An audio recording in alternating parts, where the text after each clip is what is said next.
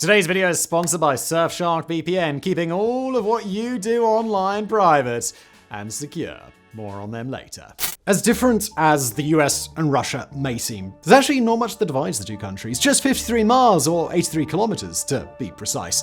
The Bering Strait, the smallest divide between the US and Russia, is a narrow strip of water that separates Alaska from Siberia. During the last ice age, about 11,000 years ago, water levels dropped so low that there was actually a land bridge connecting the two continents. Known as Bering, this geographical phenomenon allowed humans and animals to migrate across, and then it promptly disappeared with rising sea levels. Proposals for a railway tunnel and highway bridge to span its width have brought focus back to the strait since the Industrial Age. This proposed megaproject has spurred much interest since it was first proposed in the late 19th century. Now, exactly 200 years later, the plan's supporters are just as enthusiastic about seeing it completed as ever, even if the plan is nowhere near close to becoming a reality. But look, enough teasing, let's get straight to the point, because today we're going to take a look at the Bering Strait crossing, the attempt to connect America and Russia.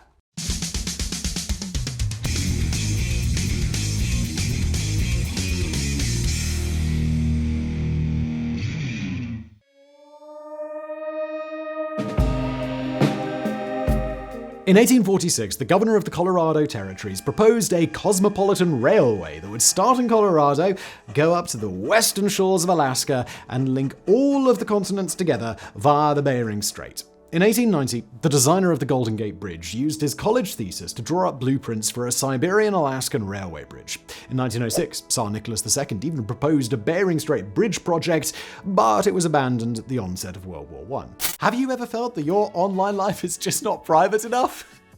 Only every day, Surfshark, Jesus. Or have you ever missed out on some content because of where you're located? Well, no, normally I'll go back and when I get back from wherever I was, I'll watch it. But I also don't like being on the road and then you open Netflix and it's like, not available. It's like, I was watching this yesterday. Good news. Fire up Surfshark VPN and you'll be fine. Surfshark VPN will solve all of your problems. I mean, not all of them, but several of them. It protects all of your internet activity, so you don't have to worry about being spied on. Nice. It's easy to use. Nice. It allows you to watch content from other countries. Extra nice. And it does all of this very, very affordably, as you'll soon find out with my link below, which has a special deal. Travel the world easily with ease. Access popular websites like Amazon and AliExpress, and easily unblock streaming platforms with different content libraries around the world. And that's not all. They also help you stay secure on public Wi-Fi and allow you to send or receive files securely. You can even get the best deals when shopping online or access your bank safely, even on public Wi-Fi.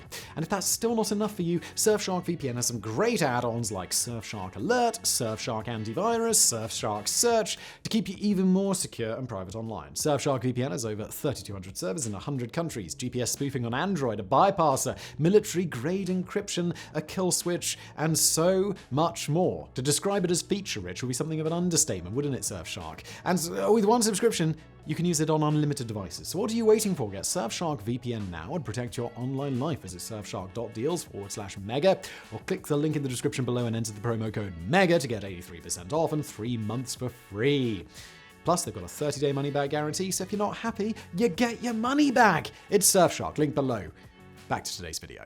After the Bolshevik Revolution brought the Communist Party to power, relations between the US and Russia took a bit of a turn for the worst for much of the 20th century. Calls for a bridge or tunnel to be built continued on during this time from both Russian and American scientists, engineers, and businessmen, though. For example, in the 1960s, Chinese-American engineer Tong Yen-lin drew up plans for an international peace bridge to span the gap. As the diplomatic ice age of the Cold War thawed and relations between America and Russia improved, more serious calls brought together like minds in support of the connection. Their wants were not outlandish. After all, projects of a similar scale had been completed before. The Suez Canal was completed in 1869, the Panama Canal was built in 1914, the English Channel Tunnel was completed in 1994. Megaprojects had built the world of the 20th century. Massive skyscrapers filled cities, newer modes of transportation were taking humans around the world, and infrastructure projects connected parts of the world long viewed as far apart.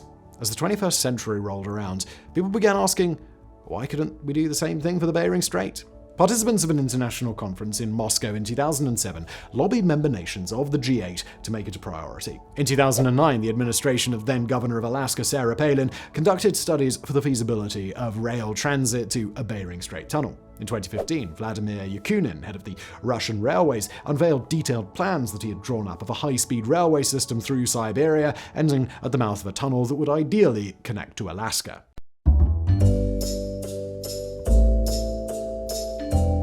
The idea of a Bering Strait connection has cropped up many times over the years. The two forms it often takes are of a railway tunnel or a highway bridge. Various companies have put forth plans or offered funding for the project many times, but the ideas seldom make it out of the planning stage. Given how the ideas for a bridge or tunnel frequently switch, the discussion around this megaproject often just lumps the two together. However, to make it practical, the project would only be able to include one of the two. No matter what the final project ends up including, the implications of it are pretty exciting to consider. It could mean a truly worldwide rail network, or car travel from New York to London, or even Miami to Johannesburg technically being possible. What makes this ambitious project possible are two small islands that sit in the middle of the Bering Strait. These two neighboring islands would serve as anchor points for the bridge or as exhaust outlets and stations for the railway tunnel along the 50-plus mile long expanse.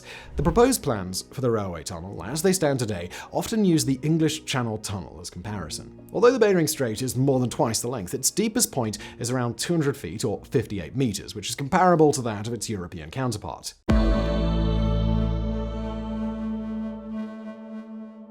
Building the tunnel or bridge alone would cost around $25 to $100 billion, but the two options are only part of a bigger picture. For example, if the plan moved forward with the railway tunnel, the ideal endpoint would be a worldwide railroad network, an international system that would connect all of the major rail lines of the world from Europe to Asia to North America. The idea for a cosmopolitan railway proposed by that Colorado Territory's governor all those years ago has certainly stuck around. This Bering Strait connection would serve as just a link in the bigger chain. Estimates of the cost of this worldwide railroad network exceed $1 trillion. According to proponents of the project, oil pipelines would accompany the connection. This and increased transport along the route would allow Russia, the US, and Canada to exchange millions more barrels of oil. Supporters cite the revenue brought in from the increased energy and oil trade as a source of funding that could help the project pay for itself.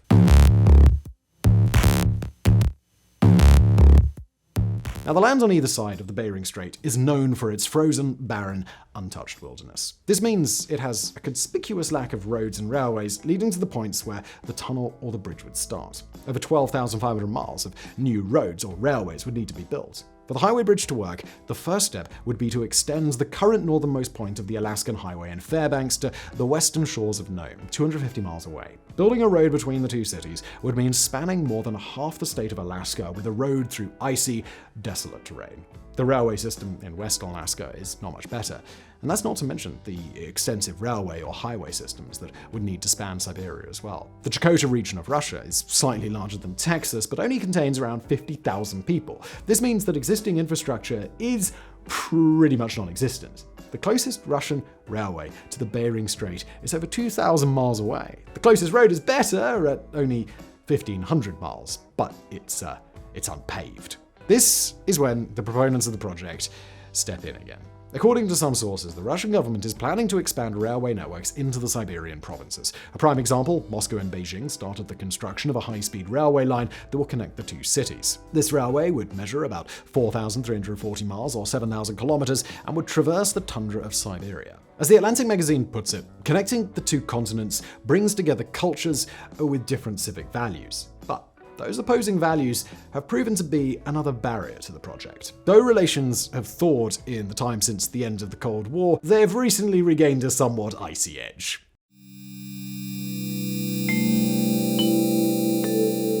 What often gets overlooked in the face of infrastructure, funding, and diplomacy is a megaproject's effect on the environment. As the Bering Land Bridge played an important role in the migration of humans and land animals all those thousands of years ago, the Bering Strait does the same for marine life today. Sea mammals ranging from whales to seals depend on the Bering Strait for their migration patterns. Extensive construction and new obstacles like bridge pillars or tunnel ventilation shafts could disturb these patterns. This risks causing an unpredictable effect on the ocean food chain. Fish populations in the Bering Strait area serve as a source of sustenance for indigenous communities, and these communities have lived in the area for thousands thousands of years. Marine life wouldn't be the only wildlife affected. Land animals and their habitats would also face disruption. New roads or railways, years of construction work, and increased transport through the region would all bring changes. With that increased transport would come increased emissions. Changes like this would release significant pollution to an area largely untouched by modern infrastructure. However, preemptive studies to examine the effects on the project on the surrounding wildlife and habitats could mitigate much of that feared damage. Altering the design of the bridge and tunnel to have as little impact on the land and marine ecosystem as possible would also lessen any negative effects. And for the construction process itself, using methods to help noise reduction and strategies to avoid soil erosion could help mitigate much of its impact. Though this project faces many considerable obstacles and is decades away from being a reality, the idea has stuck around for over a century now. The Bering Strait connection has the potential to bring economies, infrastructure, and cultures of not just two countries, but two continents closer together.